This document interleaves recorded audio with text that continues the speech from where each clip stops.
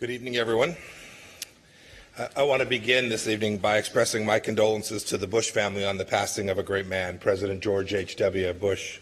He embodied literally the best of America in his devotion to public service and his ardent patriotism. My wife Susan and I mourn with President Trump and all of our fellow Americans as we celebrate his incredible life. Tomorrow, I will join the President and my fellow cabinet members in honoring him during America's National Day of Mourning. President Bush, during his entire lifetime, was a relentless defender of transatlantic security. Today, we strive to emulate his example by asserting powerful American leadership on behalf of our people and our allies. When the INF Treaty was inked in 1987, it represented a good faith effort between two rivals to de-escalate the threat of nuclear war. President Reagan described it as the realization of an impossible vision. And Mikhail Gorbachev said it had universal significance for mankind. But whatever successes this treaty helped produce, today we must confront Russian cheating on its arms control obligations. As I told my fellow ministers earlier today, our nations have a choice. We either bury our head in the sand or we take common sense action in response to Russia's flagrant disregard for the express terms of the INF Treaty. It's worth noting that Russia's violations didn't happen overnight. Russia has been flight testing the SSC-8 cruise missile since the mid-2000s. Been testing it in excess of ranges that the treaty permits. All the tests of the SSC-8 have originated from the Kapustin Yar site from both a fixed and mobile launcher. Its range makes it a direct menace to Europe. In 2017, General Salvo of the Joint Chiefs of Staff told Congress that Russia had deployed its missile, and I quote, in order to pose a threat to NATO and to facilities within the NATO area of responsibility, end of quote. Russia continues to press forward, and as of late 2018 has fielded multiple battalions of the SSC-8 missiles. Throughout all of this, the United States has remained in scrupulous compliance with the treaty. In spite of Russia's violations, we have exercised the utmost patience and effort in working to convince Russia to adhere to its terms. On at least 30 occasions since 2013, extending to the highest levels of leadership, we have raised Russia's noncompliance and stressed that a failure to return to compliance would have consequences. Russia's reply has been consistent: deny any wrongdoing, demand more information, and issue baseless counter-accusations. For more than 4 years, Moscow has pretended it didn't know what missile or test the United States was even talking about, even when we provided extensive information about the missile's characteristics and testing history. It was not until we chose to publicize the Russian name of the missile in November of 2017 that Russia finally acknowledged its existence. Then, Russia changed its cover story from the missile that does not exist to the missile that exists but is treaty compliant. These violations of the INF Treaty cannot be viewed in isolation from the larger pattern of Russian lawlessness on the world stage. The list of Russia's infamous acts is long. Georgia, Ukraine, Syria, election meddling, Skripal, and now the Kerch Strait, to name just a few. In light of these facts, the United States today declares it has found Russia in material breach of the treaty and will suspend our obligations as a remedy effective in 60 days unless Russia returns to full and verifiable compliance. We're taking these steps for several reasons. First, Russia's actions gravely undermine American national security and that of our allies and partners. It makes no sense for the United States to remain in a treaty that constrains our ability to respond to Russia's violations.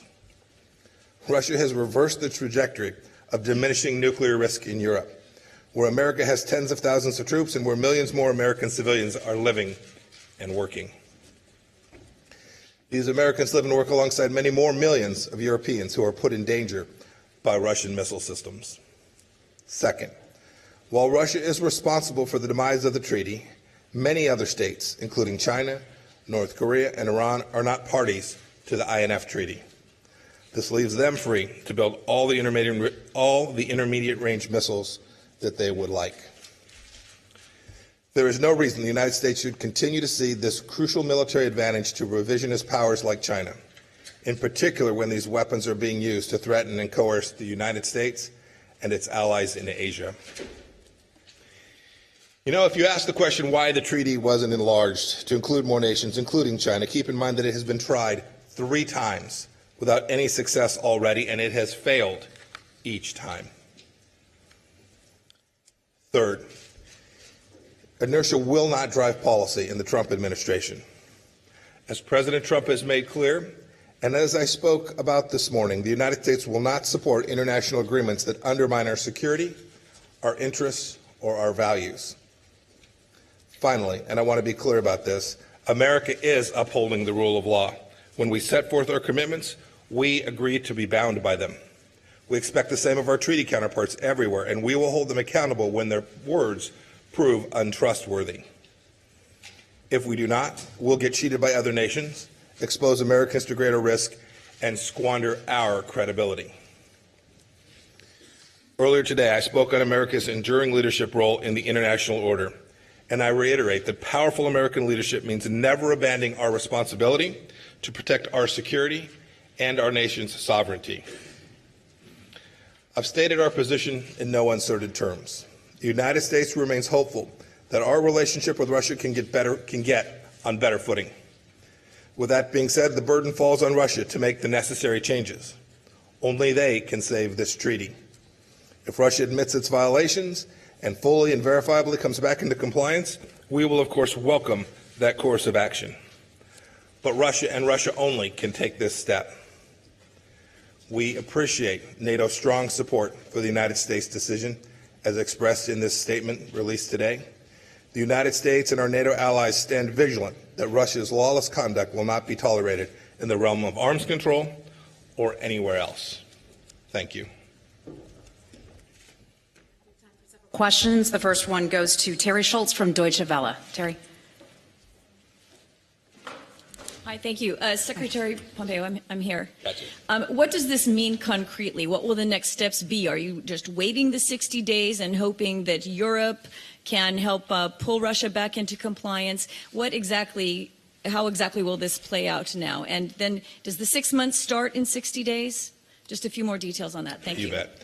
So, as I said in my remarks, we would welcome a Russian change of heart, a change in direction, the destruction of their program, and their follow-on continuance of the terms of the treaty. And so, over the next 60 days, they have every chance to do so. And, you know, we would welcome that.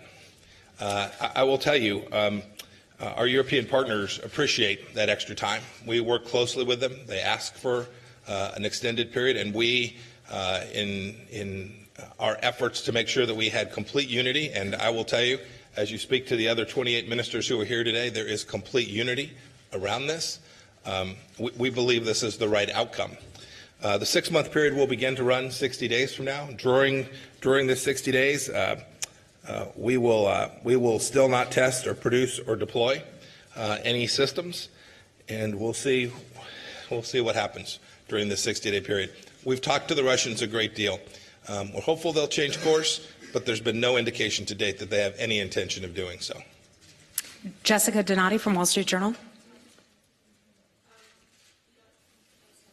Yeah, thank you. Beyond withdrawing from the or suspending your membership of the INF Treaty, what other steps can you do to help Ukraine in what it's suffering at the hands of Russia? So there was lots of discussion about that today. I'll leave to a couple of others to talk about the conversations. But two things were very clear from the time that we spent with the Ukrainian foreign minister as a group, is that there is complete unanimity that the Russian action was lawless and unacceptable, and deterrence must be restored, and that is a collective commitment of Europe and the world to deny Russia the capacity to continue to violate basic international law norms. We hope that the Russians will return the sailors that they're holding today just immediately, and we will collectively develop a set of responses that demonstrate to Russia that this behavior is simply unacceptable. Emerald Robinson from One American News. Thank you, Mr. Secretary. You talked about, yes, the commitments with treaties in regards to the United States and its allies, but you also talked about international institutions and gave America's viewpoint on that. You called out specifically the IMF and the World Bank and the UN. How do you think so many large international institutions can be reformed today? Is it a question of new leadership? Every institution needs to be evaluated consistently, right? And that doesn't, multilateral international organizations are no different. These organizations have now been around for an extended period of time, and each of them is worthy of full review. Are they still fit for purpose? Do they still serve their intended means? That's what I spoke about this morning. President Trump believes that if we exert American leadership and American national sovereignty and we evaluate these institutions against the objective of creating prosperity and peace around the world, that each of them is right for some piece of reform. And we'll look at the parts that are working, and I described several institutions, functions that are working. We'll keep those. We'll enhance those. We'll want to be part of those. But if it's broken and it's not delivering for America and for the world, then we ought not rest on our laurels and think, boy, that's good just because it's multilateral. That notion that the mere nature of something being multilateral is not in and of itself a good. The things that are good are the things that flow, the things that follow from the work that nation states do as part of those multilateral organizations. And the United States is intent on being a leader to make sure each of those institutions that you mentioned is delivering. Last question, Guy Taylor from Washington Times. To the INF Treaty just for a second, you mentioned the prospect of the U.S.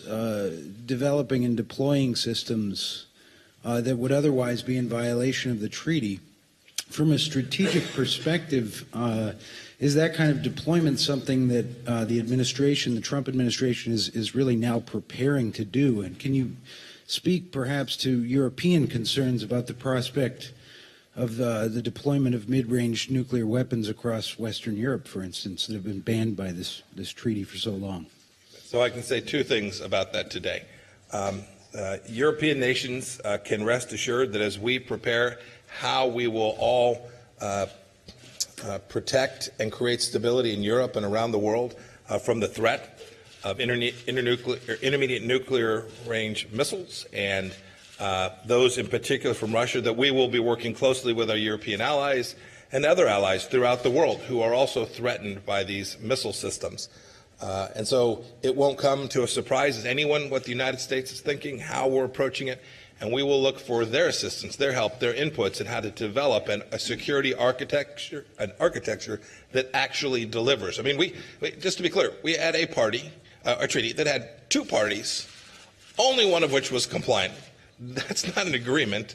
That's just self-restraint.